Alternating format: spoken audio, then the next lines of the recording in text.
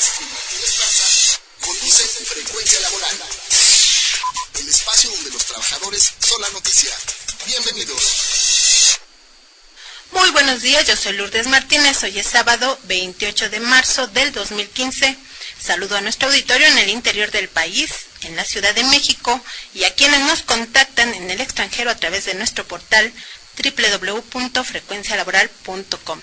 Queremos desearle muchos años de existencia a la radio La Nueva República, que transmite desde el portal www.lanuevarepublica.org, porque cumplió 8 años de transmisión ininterrumpida y con la óptica ciudadana. Ellos nos hacen favor de replicar nuestro programa Frecuencia Laboral, el espacio donde los trabajadores son la noticia, todos los lunes a las 5 de la tarde. Teclee www.lanuevarepublica.org y les deseamos larga vida. Hola Martín, ¿cómo estás?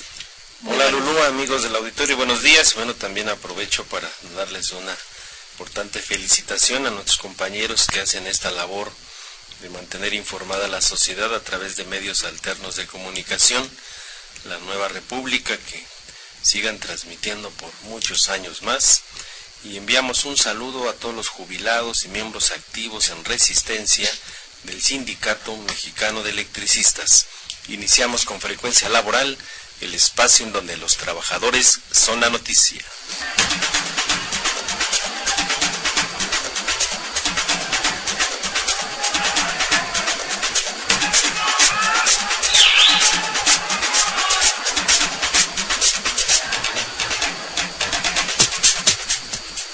El semiesclavismo de los jornaleros agrícolas persiste a lo largo y ancho de México porque las autoridades de la Secretaría del Trabajo y Previsión Social federales y estatales no realizan su función de supervisar que los patrones cumplan con las obligaciones de otorgar salarios dignos, pagos de horas extras, jornadas de trabajo de 8 horas y seguro social, vivienda, entre otros.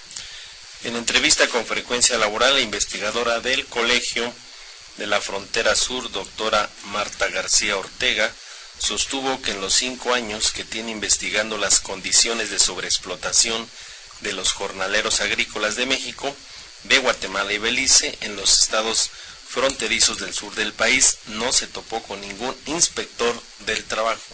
En el caso de los jornaleros agrícolas que se dedican al corte de la caña de azúcar, que es el sector en el que yo estoy enfocada, investigo desde hace como 4 años, 5 años, podría decir que esta situación es aún más grave, sobre todo cuando se trata de los trabajadores agrícolas internacionales que vienen a los ingenios de la frontera sur, a las zafras. Vienen trabajadores guatemaltecos al corte de caña, muchos de ellos de extracción indígena, y también afrodescendientes del norte de Belice que llegan a los ingenios de Quintana Roo. Está otro ingenio en Tenosique, que es un municipio fronterizo con Guatemala, y otro ingenio en Campeche, el ingenio de La Joya, en el municipio de Champotón, donde prácticamente el 50% de la mano de obra que se ocupa para la zafra es de origen guatemalteco. Al ingenio de Quintana Roo llegan trabajadores oriundos, la mayoría indígenas también del norte de Chiapas. Tenemos importantes grupos de trabajadores de origen chol, celtal, tzotzil, que vienen anualmente al corte de caña, y digamos de la costa oaxaqueña, los zapotecos, que llegan también a esta parte de Quintana Roo a trabajar. Tenemos nahuas de Veracruz, nahuas de Puebla, que han venido a las zafras de aquí, de esta parte del país. Esta condición migratoria los convierte en unos sujetos laborales vulnerables por la falta de derechos, y los jornaleros vienen aquí sin documentos.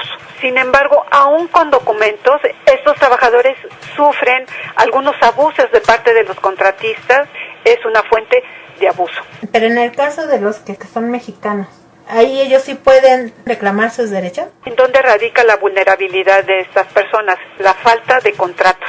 No hay una supervisión de estas relaciones laborales ni de las condiciones en que trabajan estos jornaleros agrícolas en el país. Y hablo concretamente en el caso del azúcar, donde alrededor de 80,000 trabajadores que se dedican a la zafra padecen esta situación. De acuerdo a las investigaciones que tú hiciste, ¿las autoridades laborales estuvieron en alguna ocasión presentes supervisando esto o nunca nunca van para allá. Yo investigo en 7 ingenios del país del sureste y puedo decir que no me he topado con ninguna autoridad laboral. Solo en el caso del ingenio de Huixtlas pude ver algunas mantas, ¿verdad?, en las galeras prohibiendo el trabajo infantil y de mujeres en lactancia. La investigadora del Colegio de la Frontera Sur detalló que hace por lo menos 40 años que los investigadores han publicado libros en los que detallan cómo se dan las condiciones de semiesclavitud de los jornaleros agrícolas. Sobre todo han publicado lo que ocurre en el norte del país, pero ella dice que lo mismo ocurre a lo largo y ancho del país y en la frontera sur, donde han plasmado por escrito pues cada violación a los derechos humanos laborales. Bueno, dice que el problema principal es que no hay contratos de trabajo por escrito donde se establezcan condiciones mínimas de dignidad laboral, y al jornalero que protesta por esta situación o reclama sus derechos, simple y sencillamente lo ponen en una lista negra, lo acusan de comunista y ya no le dan ocupación. La doctora Marta García detalló que sus investigaciones demuestran que en el caso de los cortadores de caña hay enganchadores que les prometen muchas veces sin cumplir un pago inicial de 3,000 pesos, y una vez que tienen el trabajo los productores de caña les pagan 35 o 38 pesos por cada tonelada, lo cual obliga a toda la familia, la esposa, los hijos y menores de edad a ayudarle, pero sin cobrar, para juntar entre todos el ingreso mínimo diario de 150 pesotes. Un cortador de caña promedio debe acumular 5 toneladas al día. Cada tonelada de corte de caña está entre 35 y 40 pesos. El precio varía según la región cañera y los trabajadores arguyen que este precio durante mucho tiempo se ha mantenido. Entonces un cortador necesitaría tener este salario, ¿no?, de 150 pesos, o sea, 5 toneladas de caña para poder tener 5 por 3, 15, 150 pesos diarios. Ahora, este salario no es, digamos, seguro, porque los trabajadores, como están a destajo, están en un modelo a destajo, es decir, ganan por lo que cortan. Si hay días en que llueve, que aquí en el sureste puede llover por semanas, los trabajadores no salen a trabajar. ¿Y qué pasa? No se les paga. Entonces esos días no comen. Digamos que esa es también parte de la condición que tiene que ver con los derechos laborales, que no se les da seguimiento a esto tampoco. Bueno, es importante señalar que hoy está saliendo a la luz pública algo que se viene por décadas implementado en el país. O sea, continúan las tiendas de raya, continúan la sobreexplotación de la fuerza de trabajo, continúa la Secretaría del Trabajo, los que han estado de titulares ahí. Por ejemplo, Javier Lozano fue el secretario del Trabajo, el peor secretario del Trabajo en la historia de este país, y que los propios inspectores nunca existen, todo es beneficio a los empresarios. Ahí está Pasta de Conchos, ahí están todas las empresas contratistas que trae CFE, por ejemplo, petroleros, long sourcing que trae oceanografía. O sea, en todo el país ya tal parecería que fuera una constante de la explotación y violación sistemáticas de los derechos de los trabajadores. Y hoy que sale una contienda político-electoral para las elecciones de junio, todo el mundo dice que va a respetar la Constitución, que van a hacer leyes que beneficien a la sociedad, pero nada más ganan, llegan al Congreso y vuelven a hacer, continúan las mismas prácticas. Claro. Licenciado Luna. Pues esto que dice Martín es importante. El señor Peña Nieto, presidente de la República, dice que no se pueden corregir en meses inercias de todo lo pasado, pero cuando él andaba de candidato, o todos los que andan de candidatos, nunca reconocen esas inercias, sino prometen otro tipo de cuestiones.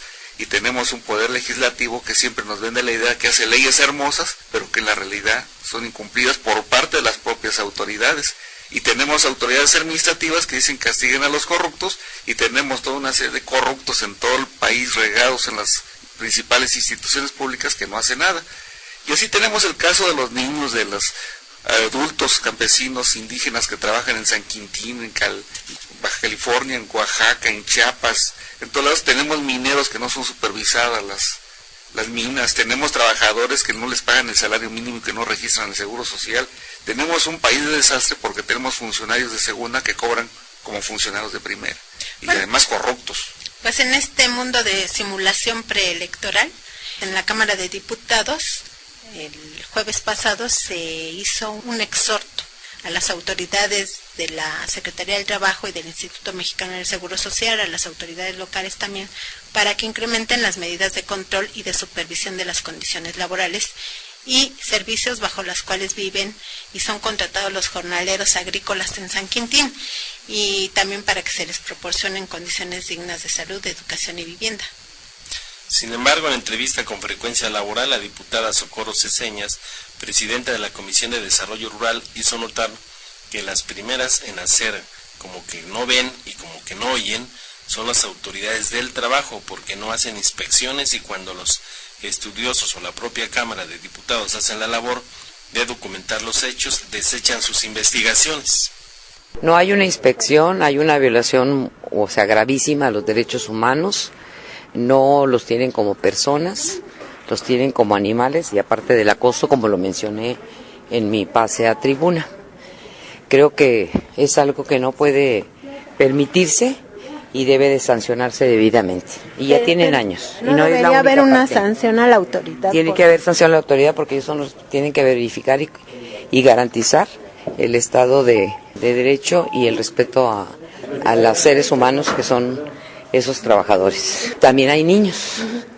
Parece que es una situación generalizada, que las autoridades del trabajo no se dan cuenta de que... Sí, no tienen, para empezar, está la muestra con el asunto de las minas, no tienen el número de verificadores necesarios que les permita tener en poco tiempo el haber efectuado la verificación debida y el reporte de violaciones a las normas y luego las sanciones correspondientes. No lo tienen. Y cuando los tienen y lo reportan, está como el tema de pasta de conchos, está el dictamen de la comisión especial, pues lo dejaron pasar. O sea, hay un problema desde la autoridad. Desde la autoridad. Tienen el poder para cambiar las cosas y no las cambian. O sea, ¿cómo es posible que hayan pasado tantos años, más de 40 años desde que se empezaron a hacer los primeros estudios, precisamente en San Quintín, y no se hace nada? Y ahora sí se dan cuenta, ya que viene la campaña preelecciones, pero se dan cuenta que hay esclavos, semiesclavos y sobreexplotación laboral. Entonces, ¿cómo es posible? No, y es una constante. Cada que hay un conflicto, que hay un escándalo que se ventila en los medios de comunicación, lo primero que hacen es, vamos a hacer un exhorto, dicen los diputados, y el exhorto es para que el Ejecutivo lo haga o no lo haga. Sí, no es obligatorio. No lo obliga a hacer nada.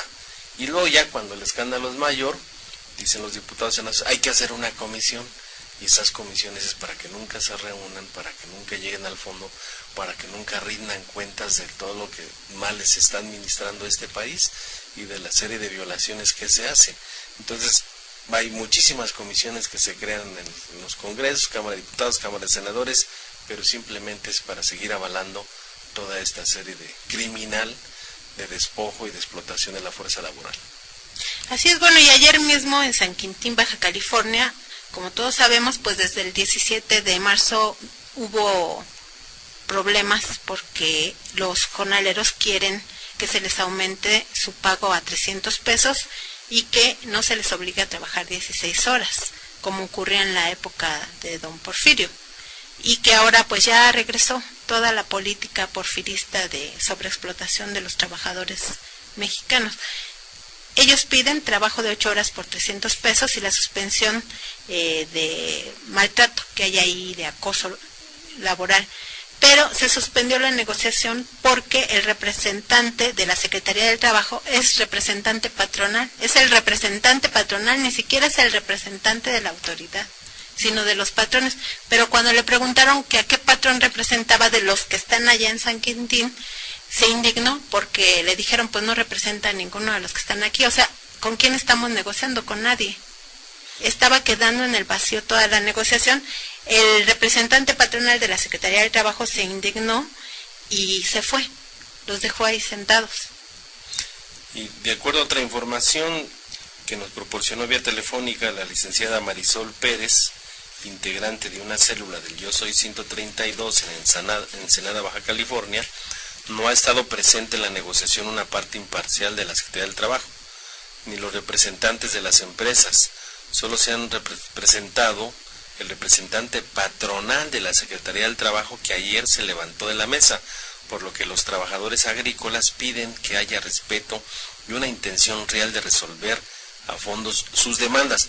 Hoy sale publicado ahí en algunos diarios que un hermano del secretario de Comunicaciones y Transportes, Gerardo Ruiz Esparza, tiene uno de los ranchos más importantes en Ensenada y es el que se opone a que se les respeten los derechos a los jornaleros, se aumente el salario, se fijen las 8 horas de trabajo, se les pague el tiempo extraordinario y se les dé la seguridad social. Entonces, a cada violación de los derechos de los trabajadores siempre hay un funcionario metido ahí o familiares de los funcionarios que son los que terminan beneficiándose con esta explotación de la fuerza laboral. De hecho, la historia de Frecuencia Laboral, el espacio donde los trabajadores son la noticia, es la narración de una serie de historias de corrupción, de injusticia, de colusiones entre funcionarios, empresarios y hasta delincuentes comunes para despojar a las familias de sus bienes, para despojar a los trabajadores de sus derechos y para despojar a la nación de sus riquezas, ¿no? Por otra parte, ahí en San Quintín hay que recordar que todavía hay 22 jornaleros agrícolas que fueron detenidos porque se manifestaron el 17 de marzo del 2015 con estas demandas de aumento a 300 pesos por jornada de 8 horas y no de 16 horas como ahora los obligan a trabajar. En esa protesta hubo provocadores, hubo asaltos, hubo destrozos y a ellos los están acusando de haber hecho esto, pero dice la abogada que se presentó voluntariamente del Yo Soy 132, Marisol Pérez, que ellos estaban a 25 minutos de distancia de donde ocurrieron los hechos de los destrozos a donde estaban ellos manifestándose. Entonces no hay que sostenga esas acusaciones y por lo tanto va a interponer un amparo porque en realidad los están deteniendo por hacer uso de su derecho constitucional a la manifestación y a la protesta pública. Bueno, en otra información, el pasado miércoles 25 de marzo de este año, el Juzgado Octavo de Distrito en materia administrativa determinó la inconstitucionalidad de los artículos 212, 213 y 214 de la Ley de Movilidad del Distrito Federal, al señalar que las autoridades deben de abstenerse de acusar por delitos penales o de otro tipo a los quejosos por el simple hecho de manifestarse. Bueno, en un comunicado que difundió el Centro de Derechos Humanos, Agustín Pro, firmado por el Frente por la Libertad de Expresión y la Protesta Social, en donde están integradas varias organizaciones de derechos humanos y de derecho a la libertad de expresión, ellos han encabezado la lucha contra las leyes Bala y las leyes Garrote y la Ley de Movilidad, que han intentado imponer los gobiernos del PRI, PAN y PRD en distintos estados. Señalan que esta resolución se suma a otras 7 amparos concedidos entre noviembre del 2014 y enero del 2015 que han beneficiado a organizaciones y personas defensoras de derechos humanos y del medio académico, y también el ESME se amparó y ganó también. Entonces, bueno, pues vamos avanzando. Estás escuchando Frecuencia Laboral con Lourdes Martínez y Martín Esparza. Bien, la pregunta del despertar del gallo del día de hoy es: de acuerdo a la Ley Federal del Trabajo, ¿quién es el responsable de que sean reales las promesas de empleo y condiciones laborales dignas que se hacen a un trabajador reclutado en México con fines de ocupación en lugar diverso de la residencia habitual del trabajador y a distancia mayor de 100 kilómetros? Y lo invitamos a que visite nuestro portal www.frecuencialaboral.com. Tenemos llamadas del auditorio. Ramón Ramírez de Morelos dice que sigue la conquista española, el despojo a la nación. Calderón y Peña Nieto reforman la Constitución para el saqueo, opina él. Fernando López de Naucalpan pide que informemos qué ocurre en la Universidad Obrera, si ya les dieron su subsidio o no. Esa información la tenemos más adelante. Y Aurora Sandoval Coacalco, qué buen programa, los felicito. Muchas gracias.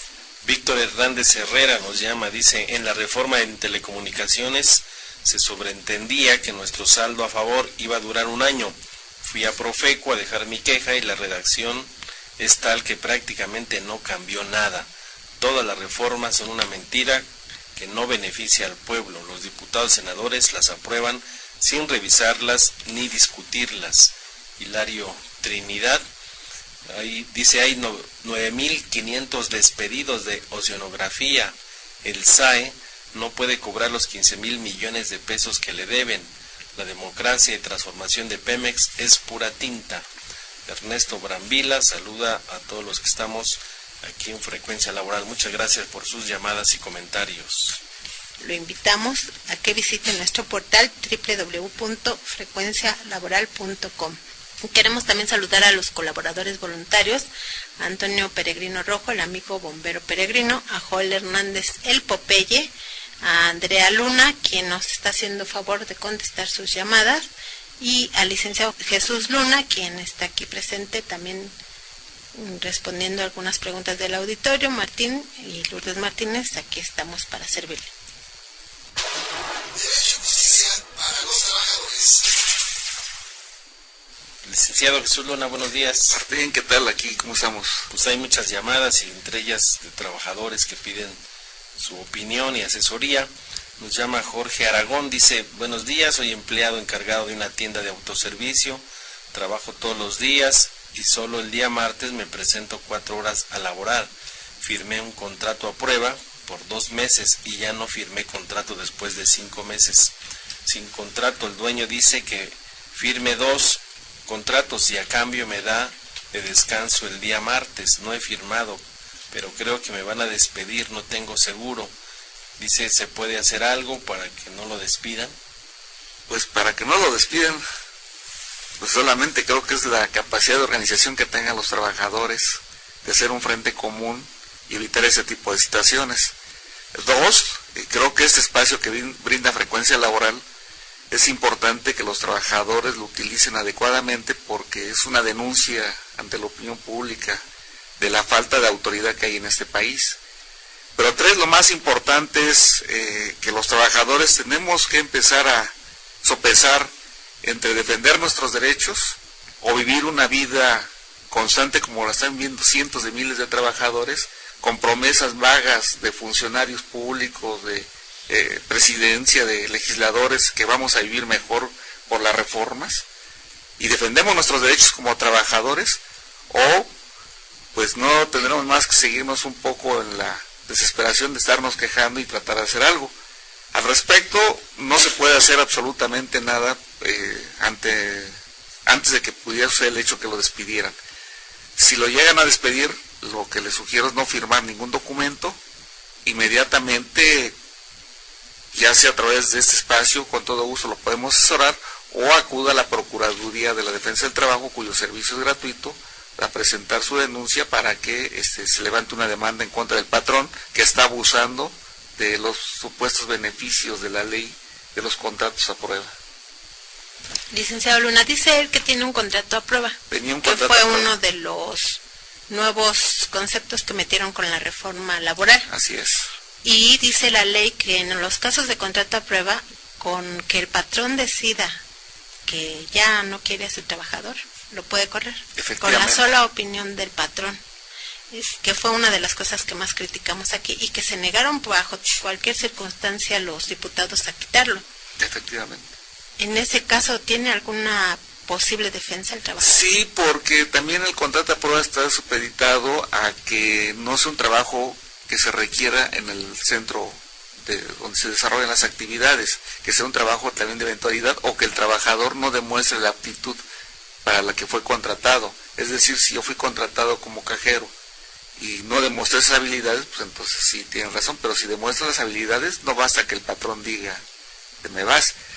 Es un mecanismo que los patrones utilizan con mucha frecuencia para evitarse obligaciones fiscales, obligaciones ante el Instituto de Seguridad Social Infonavit, pero también es una situación que lamentablemente los que promovieron este artículo fueron los que se dicen representantes obreros de la CROC, de la CTM, de la PESTE, que es lo más lamentable que todavía tengamos ese tipo de supuestos líderes que nomás se benefician y les interesa poco los trabajadores, pero creo que sí se puede hacer mucho. El problema es aquí que los trabajadores ejerzan sus derechos. Esta reforma laboral que hicieron, pues prácticamente fue para facilitarle al patrón los despidos y abaratar el despido. Sí, que no tengan obligación de liquidar a nadie, ¿verdad? Y aquí, bueno, lo importante para todos los trabajadores es continuar en la defensa jurídica, es muy importante para no dejar perder sus derechos que se tienen conforme a la Constitución, a la ley y a los tratados internacionales, pero la más importante es la lucha política. Lo que decía el licenciado tiene muchas razones, cómo organizarse, cómo no tener miedo los trabajadores a enfrentar este abuso de los patrones y la complicidad de los gobiernos. Y bueno, hay alternativas que se están dando, como la nueva Central de Trabajadores, que está agrupando a sindicatos democráticos e independientes y está organizando también a trabajadores que no tienen sindicato. Muy bien, pues nos vamos con más información, pero antes quiero darle un saludo a David Muñoz, quien está en los controles técnicos y hace posible que usted pueda escucharnos en su hogar. El jueves 26 de marzo del 2015 se cumplió medio año de la desaparición forzada de los estudiantes de la Escuela Normal Rural de Ayotzinapa, Guerrero, tras una persecución y represión en la ciudad de Iguala, donde estaban denunciando la intención del gobierno mexicano de desaparecer las normales rurales. De hecho, esa era el motivo de sus campañas que hacían por todo el país. Tomaron algunos camiones y de ahí se derivó toda esta represión. Entre los estudiantes desaparecidos había un ex alumno de la Universidad de Chapingo, por lo que hoy una comisión del Sindicato de Trabajadores Académicos de esa casa de estudios fue a Ayotzinapa, Guerrero, en donde participará en un acto político para reclamar que se preserve la educación para los hijos de campesinos pobres en las escuelas normales rurales. Mi nombre es Eunice Serra López, secretaria de organización del Sindicato de Trabajadores Académicos de la Universidad Autónoma Chapingo. Nuestra tesis acerca de la desaparición de los 43 estudiantes de la Normal Rural de Ayotzinapa, pues ya lo han dicho varios analistas, varios políticos, varios integrantes de los derechos humanos, es que al gobierno no le conviene seguir manteniendo a las normales rurales, porque es una parte y una especie de oposición. Eso es básicamente la tesis que nosotros estamos manejando. La política del gobierno es desaparecer las escuelas públicas y, por supuesto, las normales rurales, porque ahí incluso los muchachos llevan todo un seminario de formación política, ¿no?, desde el principio. Y los muchachos en las normales rurales tienen un acercamiento muy sentido con la gente del pueblo, con las comunidades, con los campesinos principalmente. Bueno, ellos hicieron toda una investigación, todo un análisis sobre las escuelas normales rurales que intentan desaparecer y ahora existen 16 escuelas normales rurales en todo el país, pero había 60 hace bastantes años, como 50 años, ¿no? Entonces, ¿cómo han ido desapareciendo? Y su tesis es esa, que entre otras cosas la represión se vino por... Ellos estaban haciendo resistencia para que no pudieran desaparecer las normales rurales y de ahí se desató toda esta represión. En el estado de Hidalgo es muy claro un ejemplo, ¿no? La escuela rural del Meche Hidalgo, que tiene más de 8 años cerrada, y la cerraron con el supuesto que la iban a arreglar, pero llegaron por la noche, igual los policías estatales, federales, tomaron por asalto las instalaciones, a los estudiantes los echaron porque allí era un internado y bajaban los estudiantes de la sierra, de toda la zona de las comunidades campesinas, los echaron. Después la negociación con el gobierno, con los estudiantes fue, y con los dirigentes ahí que había de esa organización, cerrarla para mantenimiento, y así ya lleva 8 años. Cerrada.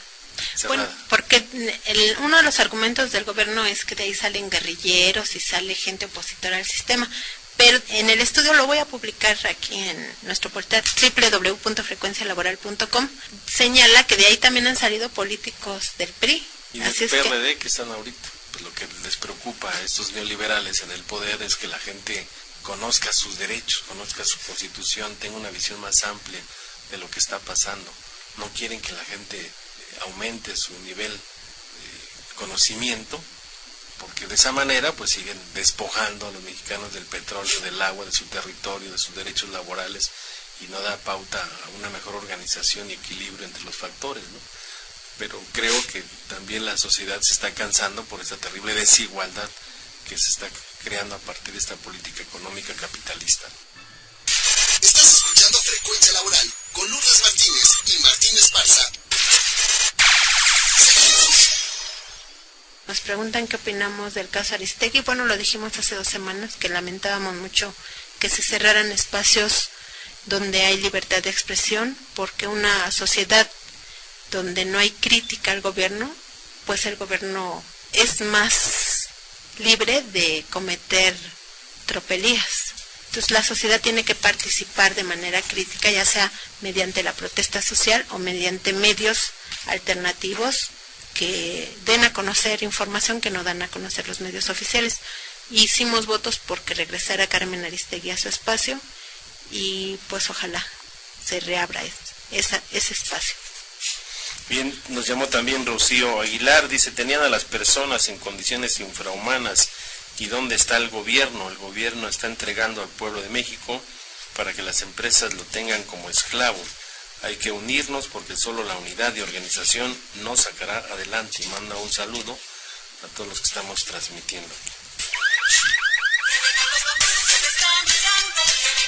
Prevención laboral con el bombero peregrino. Hola, muy buenos días. Les habla su amigo el bombero peregrino. Hoy les platicaré sobre qué hacer en casa antes de salir de vacaciones. En estas temporadas de vacaciones se incrementan los incendios de casa-habitación en un 20%. Esto es porque si se inicia un conato de incendio, no hay nadie para sofocarlo y para cuando los vecinos se dan cuenta, puede ser ya demasiado tarde. Si usted piensa salir de vacaciones esta Semana Santa, estaría bien que siga estos consejos para evitar sorpresas desagradables. Cierre la válvula principal del gas. Si es necesario, suba a su azotea y cierre la válvula del tanque estacionario. Cierre la llave general del agua y baje el interruptor general de la energía eléctrica. Cierre bien sus ventanas y puertas y disfrute de sus vacaciones. Para mayor información, comuníquese con el cuerpo de bomberos más cercano o llame al 068 o escríbame al siguiente correo electrónico antonioperegrino@yahoo.com.mx. Informó para Frecuencia Laboral su amigo el bombero peregrino. La historia de mujeres que defienden sus derechos laborales es una cápsula que iniciamos el 7 de marzo con motivo del Día de la Mujer. Y nuestra intención es resaltar que esa conmemoración surgió en memoria de las trabajadoras textileras que perdieron la vida reclamando sus derechos laborales. Hoy les presentamos la historia de cómo los trabajadores y las trabajadoras técnicas y manuales del Instituto Nacional de Antropología e Historia conquistaron el derecho a una plaza de trabajo y al aumento salarial por escalafón y al derecho a una pensión. Hola, yo soy Lidia Salazar, ya estoy jubilada. Yo fui trabajadora del Instituto Nacional de Antropología desde 1977. Cuando yo ingresé, había iniciado un movimiento sindical. Los trabajadores habían logrado expulsar a los charros de su comité ejecutivo. Estaban luchando por el reconocimiento de su comité electo de la sección 11 del Sindicato Nacional de Trabajadores de la Educación. Fue un momento reivindicativo básico. Resulta que el 80%, 85% de los trabajadores estaba en lista de raya. Esto significa que eran listados donde se les pagaba la nómina y que no tenían ningún derecho laboral, hombres y mujeres por igual. Había gente que ya tenía más de 10 años laborando y no gozaban de ninguna prestación, de ningún tipo, ni siquiera de seguridad, ni de servicio médico, absolutamente nada. El movimiento se inscribió en la reivindicación completa de los derechos laborales, de los derechos salariales, de los derechos de horario, de los derechos de igualdad salarial para hombres y para mujeres. Así que yo llego en un momento de insurrección sindical. Yo era muy joven, tendría 21, 22 años. En los años 77, 78, iniciamos una lucha por la firma de condiciones generales de trabajo propias. Y la logramos. Había habido ya un primer avance, unas primeras condiciones que tenían muchas limitaciones, así que la definitiva, que es la que me toca a mí participar fuertemente, logra condiciones generales de trabajo plenas, completas. Y cuidamos, por supuesto, que no hubiera ninguna distinción en los derechos de trabajadores, varones y mujeres. En 1983 ya se habían logrado las plazas, un trabajo permanente, derechos laborales, condiciones generales de trabajo. Ahora contamos con un escalafón que perfilaba como cerca de 50 puestos diferentes que en diferentes niveles. Para 1983 me tocó el honor de ser electa por los trabajadores como su secretaria general. Es la primera mujer que participó en este nivel de dirección de un comité ejecutivo. Martín, esta semana tuvieron negociaciones con Gobernación. Sí, es muy importante explicarle a los trabajadores y al público que nos está escuchando y que han participado y respaldado la lucha del ESME. Estamos negociando con un gobierno que también fue parte de la extinción ilegal de Luz y Fuerza del Centro. Varios de los que hoy son secretarios de Estado eran diputados o senadores en el momento de la extinción. Entonces, siempre tenemos que observar que la contraparte del ESME pues son los que han promovido la reforma laboral, han promovido la reforma energética para despojar a los mexicanos de la electricidad, del petróleo, del gas y de todos los servicios que obligadamente el Estado los tiene que proporcionar. Esta semana, el miércoles, tuvimos una reunión en la Secretaría de Gobernación y queremos señalar que ahí pues la Secretaría del Trabajo, por parte del subsecretario Rafael Lavante, que viene desde la administración de Javier Lozano, preparó un decálogo para condicionar la negociación. Si hacíamos movilizaciones nos cancelaban la concesión, que si organizábamos a trabajadores cancelaban la concesión para esta empresa de generación, que no tenemos derecho a poder demandar la titularidad de un contrato colectivo de trabajo directo, que no tenemos derecho a organizar a los usuarios para defender el servicio público de electricidad. Entonces hay que caracterizarlo porque lo volvieron a subir en la mesa el pasado miércoles, esos temas, lo cual la dirección del sindicato lo rechazó categóricamente.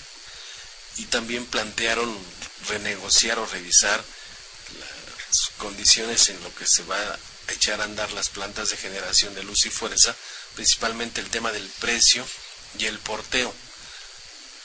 No llegamos a ningún acuerdo el miércoles por la tarde. Hubo otra reunión el jueves en la Secretaría de Energía para revisar esta parte.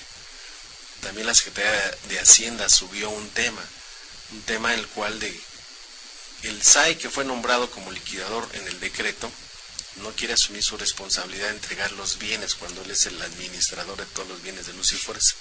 Al final se corrigió esa parte, el SAE será el que firme la entrega de los bienes para que sean utilizados por parte de los trabajadores del Sindicato Mexicano de Electricistas.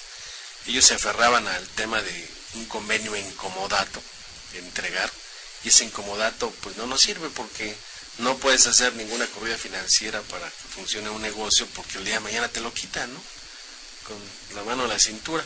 Entonces se quitó, ya no está más en la mesa este tema del comodato. Los abogados están revisando el documento que nos van a entregar. Ya no hubo ninguna negociación en energía sobre el precio del kilowatt hora al cual lo podemos ofertar al mercado, y creo que en los próximos días tendrán que entregar ya el documento final para llevar a nuestra Asamblea General.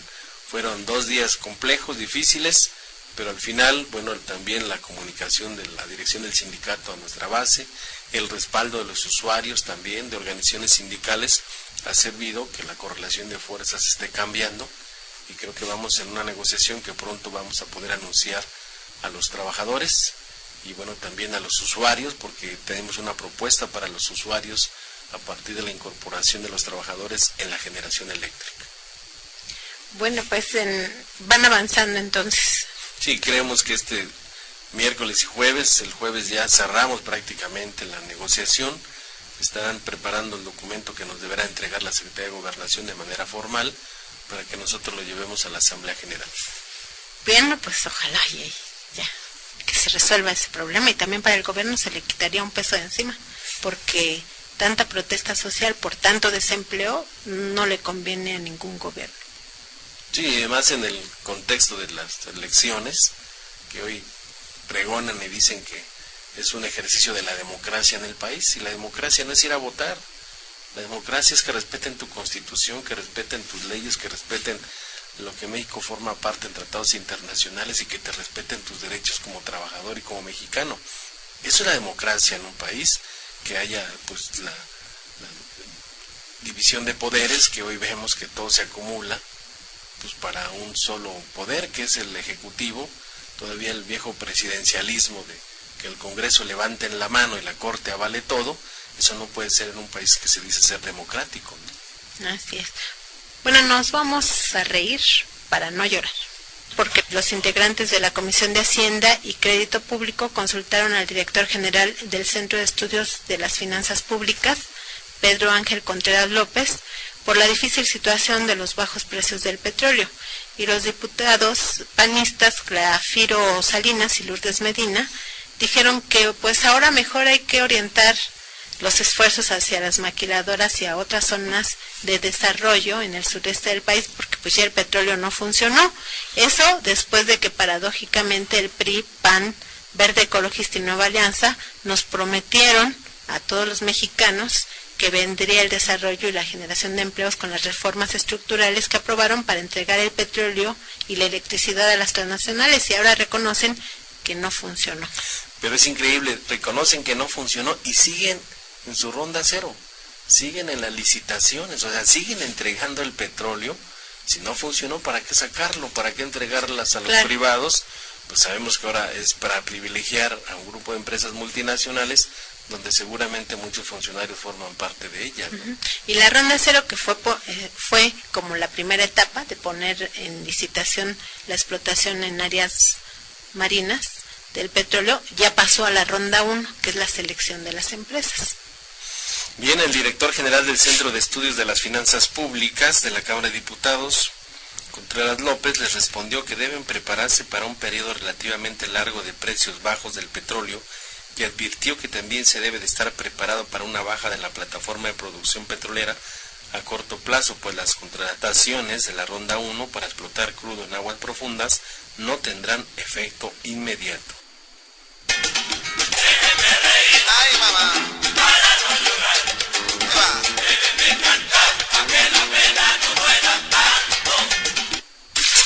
Estás escuchando Frecuencia Laboral con Lourdes Martínez y Martín Esparza.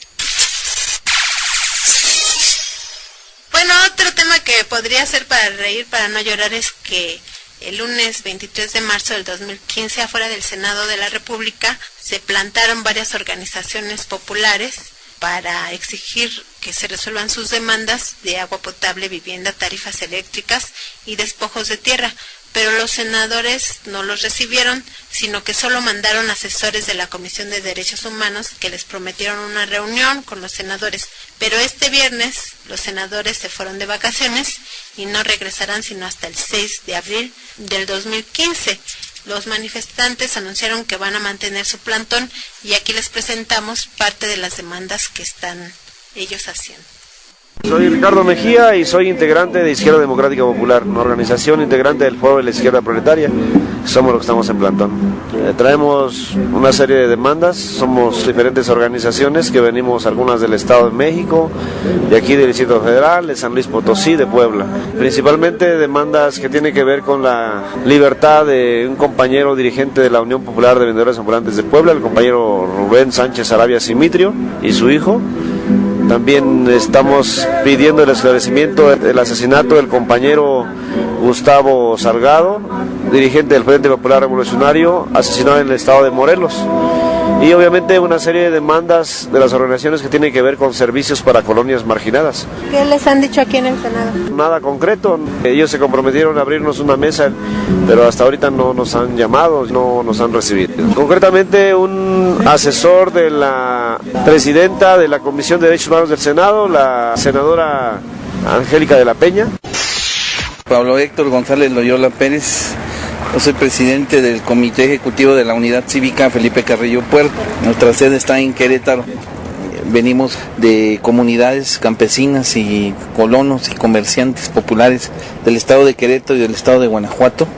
Estamos denunciando en este plantón el caso del despojo que se pretende hacer a campesinos de Rancho Largo, municipio de Tequisquiapan, por el regidor panista del municipio de Tequisquiapan, Gustavo Pérez Rojano, avalado por el señor Diego Fernández de Ceballos, y también campesinos del municipio de San Luis de la Paz. Han pretendido hacer ese despojo para fraccionamiento residencial, para zona industrial.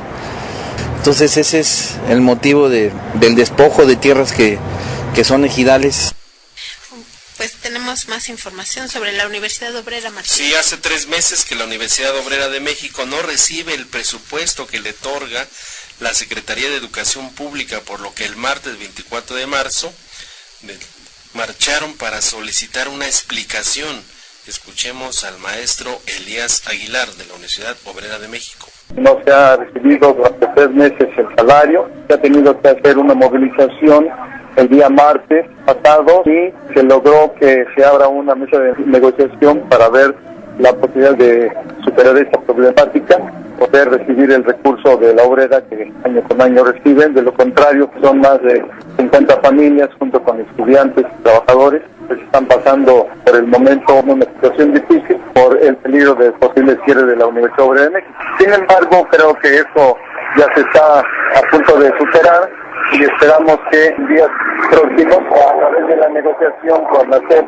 se pueda ya finalmente liberar este recurso. ¿Cuál es el monto de los recursos? El mayor porcentaje que se utiliza del recurso, ¿verdad?, es en salarios precisamente a los maestros, a los trabajadores, tanto de intendencia, de mantenimiento. Tiene un monto aproximado de 17 millones y fracción, que es lo que recibe la Universidad Obrera de México.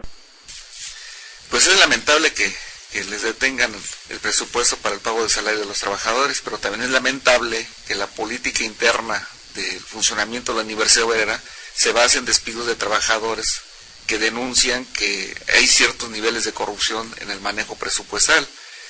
Algunos comentan que incluso están familiares de la maestra Adriana Lombardo, que están beneficiándose con un presupuesto bastante alto y sobre todo, bueno, que son maestros de probada calidad y de valores éticos muy profundos los que fueron despedidos de ahí de la Universidad Obrera. Es lamentable, ojalá que lo puedan resolver también. Sí, que transparenten el recurso, que ahora van a estar con la nueva ley de transparencia, van a tener que transparentarlo, pero si no lo transparentan no hay castigo fuerte, hay un castiguito, nada más. Bueno, en más información, el próximo 31 de marzo del 2015 se cumple el plazo fatal que dispusieron los diputados federales para aplicar su plan de austeridad, pero dice la diputada María Luisa Alcalde que todo es parte de una simulación porque no le van a quitar ni un quinto a sus dietas. Si vamos a entrar a la austeridad, entrémosle pues, en serio. En primera, con la cantidad de recursos que reparten a los grupos parlamentarios y que no se sabe. Por lo menos 1 millón de pesos reciben cada uno de los grupos parlamentarios mensualmente para gastos de no sé qué, más 100 y tantos mil por diputado que van al grupo. Entonces es un montón de millones de pesos que se podrían reducir porque incluso no son utilizados ni siquiera para las tareas de la Cámara, cosa distinta del personal contratado. ¿Y para qué la usan?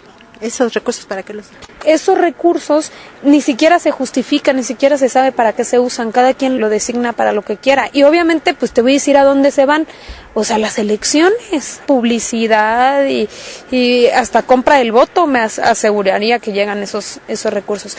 Yo creo que sí hay que irnos a un recorte presupuestal que empiece por el mismo salario de los legisladores, que se vaya por las subvenciones extraordinarias que se dan a los grupos parlamentarios, que se vaya por eliminar contrataciones porque hay muchos aviadores, porque muchas de estas plazas se utilizan para favores políticos, ¿no? Y definitivamente a las dietas de los diputados ahí sí no va a haber ni un centavo de recorte. Pues no se ha aprobado nada, pero bueno, nosotros vamos a insistir y por lo menos lo mínimo que pedimos es un pronunciamiento a favor o en contra, porque si no, no dicen nada, se lavan las manos. En otra información, mientras que los diputados federales van a desaparecer a las comisiones especiales que investigan la contaminación en ríos en México, en Sonora, sigue tomando el caudal de agua limpia, conocido como Los Patos, para evitar que la Minera México los contamine. Antonio Navarrete Aguirre, del Sindicato Minero de la Sección 65, Comisión de Difusión. Y bueno, como es del conocimiento, la lucha de los mineros continúa. Después de la toma del centro de rebombeo Los Patos, donde es abastecida por 89 pozos que administran de agua a Buenavista del Cobre, pues los trabajadores junto con los pobladores del río decidimos hacer un frente único denominado Todos Unidos contra Grupo México, dadas las circunstancias de que fueron abandonados a su suerte por parte de el empresario Germán Feliciano Larrea Mota Velasco, quien no nada más les ha mentido, sino que además pues sigue todavía contaminando la fuente del río Sonora, y cosa que ha molestado mucho a los pobladores ribereños desde Cananea hasta la presa El Molinito. Hemos hecho un frente donde cientos de familias están apostándose en un campamento que se encuentra aquí en Los Patos, precisamente por el reclamo de esa justicia de haber levantado la contingencia que fuera denominada como el peor desastre ambiental, sin que hasta la fecha se haya hecho un estudio, un resarcimiento de los daños ecológicos, ambientales y pérdidas para los pobladores. Lamentablemente, pues, el gobierno sigue protegiendo los intereses de Grupo México, y con esto pues demuestran pues que Grupo México pues hace y deshace, y hoy ante esa situación pues los pobladores, en conjunto con la sección 65, que tenemos un movimiento de hace 8 años precisamente por estas condiciones de seguridad que ponían en riesgo la vida de la gente y de los trabajadores, pues hemos decidido estar en un plantón permanente, y es esta fecha, hasta el día de hoy, pues se llevó a cabo un foro minero donde secciones de todo el país, de toda la República, de 24 estados de la República tuvieron presencia aquí. También estuvieron Steel Workers de Estados Unidos y Canadá, quienes manifestaron todo el apoyo para seguir en este plantón y pues para seguir organizando más el tiempo que sea necesario. Sí, nosotros vemos pues la apatía del gobierno, que hasta la fecha pues no han dado una respuesta clara a las demandas tanto de los pobladores ribereños que fueron afectados en su salud y en lo económico, y pues estamos nosotros haciendo este frente para que el gobierno voltee a ver. Si queremos informarles, hoy se va a llevar a cabo una audiencia en la Junta Federal de Conciliación y Arbitraje, allí en Ferrería. Es una demanda que interpuso el SAE en contra de los trabajadores que tenemos crédito de vivienda, y la presentaron un día antes de que se alargaran los panistas. Primero, ya prescribió; segundo, pues cómo pagas la vivienda si te quitaron el empleo. Pero hoy se va a llevar a cabo, va a estar el grupo de abogados con miembros del Comité Central y compañeros de base. Será a las 10 de la mañana en la Junta Federal de Conciliación y Arbitraje. Y tenemos llamadas. Margarita González de Nezahualcóyotl envía saludos al programa. Magdalena Olivares Reyes de Coacalco dice: soy un usuario y quiero agradecerle al ESME por el apoyo que me brindó cuando metí mi queja. Profeco quedó de venir el 24 de marzo y no llegó. Entonces le llamamos a los usuarios porque todos los sábados se reúnen la Asamblea Nacional de Usuarios en el Sindicato Mexicano de Electricistas. Ahí se discute y se programan las actividades. Silvano Arango dice: las autoridades del INE sancionan al Partido Verde y en campaña el PRI apoya al Partido Verde. Cuando el PAN estuvo en el poder golpeó a los trabajadores. Dice: el mexicano tiene que despertar. Margarita González: los priistas no quieren la superación del pueblo, quieren impedir la preparación del pueblo.